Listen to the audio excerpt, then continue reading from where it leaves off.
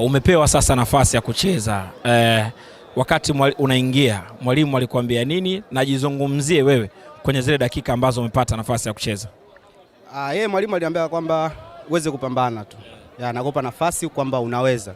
Mpaka unacheza unaweza. Basi na mimi nikajiaminisha kwamba naweza, kwamba mwalimu kashaniaminisha yeye, mimi najua, basi na mimi najiaminisha kwamba naweza.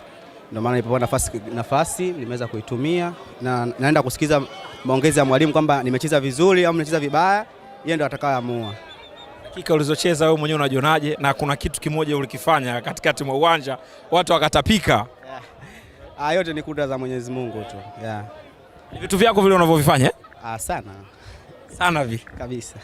Kwangu mimi inaongeza confidence ambayo ya kuweza kufanya vizuri mechi ambazo za mbele, nikipata nafasi basi niweze kufanya vizuri. Leo unaenda kufanya nini? Hii bwana Kibu alinigia elfu 60. Ndio.